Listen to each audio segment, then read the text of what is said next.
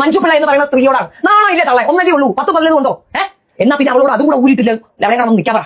കാണട്ടെ ആണുങ്ങള്, പിടിക്കട്ടെ, അവർക്ക് ഞെക്കണമായിരിക്കും. ആണുങ്ങൾ കണ്ടവന്മാരെ കണ്ട് ഒലിപ്പിക്കണമായിരിക്കും. നിനക്ക് ഭയങ്കര ചമ്പവമായ ഒരു ബോഡി സ്ട്രക്ചർ ഉണ്ട്, അതിനിങ്ങനെ ഞാൻ വിടണമായിരിക്കും. താല്പര്യമാണോടി? പോയി ഏതെങ്കിലും ബസ്സിൽ കയറിയില്ലടി, എന്നിട്ട് പോകുന്ന വരുന്ന എല്ലാവരോടും പറ എന്നെ ഒന്ന് തടവി വിടാൻ.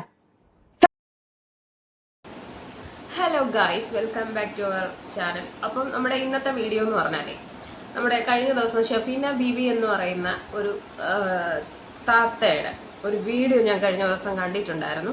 അപ്പം ആ ഒരു വീഡിയോയിൽ പറഞ്ഞിരിക്കുന്നതെന്ന് പറഞ്ഞു കഴിഞ്ഞാൽ, നമ്മുടെ ഒരു ആക്ട്രസ്, പേരൊന്നും ഞാൻ പറയാൻ ആഗ്രഹിക്കുന്നില്ല, ഒരു ആക്ട്രസിൻ്റെ മകൾ, ആ ഒരു മകളെ മാനസികമായും അവരെ മാനഭംഗപ്പെടുത്തുക എന്നുള്ള ഒരു ലക്ഷ്യത്തോടെയാണ്, അവരെ മാനസികമായി തളർത്തുക എന്ന ലക്ഷ്യത്തോടെ മാത്രമാണ് അവർ ആ വീഡിയോ ഇട്ടിരിക്കുന്നത്.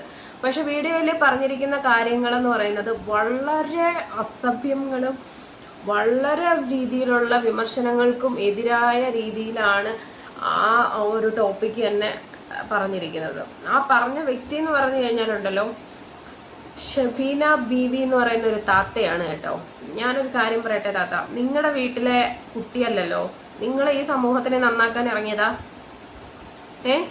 നിങ്ങൾ സമൂഹത്തിനെ നന്നാക്കിയിട്ട് നിങ്ങൾ ബാക്കിയുള്ളവരുടെ മുഖത്തെല്ലാം നിങ്ങൾ കരിവാരി തേച്ചിട്ട് നിങ്ങൾക്ക് സന്തോഷമായിട്ട് ഇരിക്കാൻ പറ്റുമോ? ഇതാണോ നിങ്ങളുടെ നന്നാക്കല്? നിങ്ങൾ എന്ത് അടിസ്ഥാനത്തിലാണ് അവരാ ഡ്രസ്സ് ഇടുന്നു ഇവരാ ഡ്രസ്സ് ഇടുന്നു എന്ന് പറയുന്നത്? നിങ്ങൾക്ക് അത് പറഞ്ഞിട്ട് നിങ്ങൾക്ക് എന്താണ് നേടാനുള്ളത്? ഇമാതിരി നിങ്ങൾ നന്നാക്കുകയാണെന്നുണ്ടെങ്കിലുണ്ടല്ലോ, അങ്ങ് നല്ല സുന്ദരമായി പോവും എല്ലാ കാര്യങ്ങളും. കാരണം പറഞ്ഞ വാക്കുകൾ അതുപോലെയാണേ.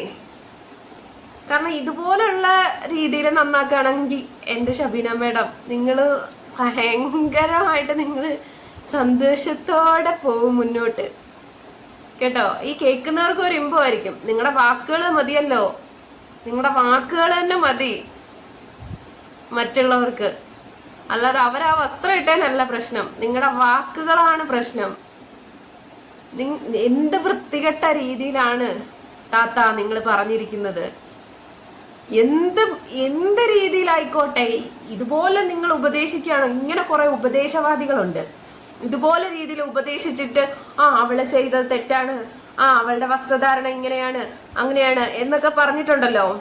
അവരുടെ വായിന്ന് വീഴുന്ന ഇതുപോലത്തുള്ള വൾഗറായിട്ടുള്ള വേർഡ്സ് ഉണ്ടല്ലോ, ഇവരും നിങ്ങൾ എന്തിനാണ് ഈ മറ്റുള്ളവരെ നോക്കിയിട്ട് ഇങ്ങനെ നിങ്ങൾ കുരയ്ക്കാൻ നിൽക്കണത്? നിങ്ങൾക്ക് നിങ്ങളുടേതായ ഒരു രീതിയില്ലേ?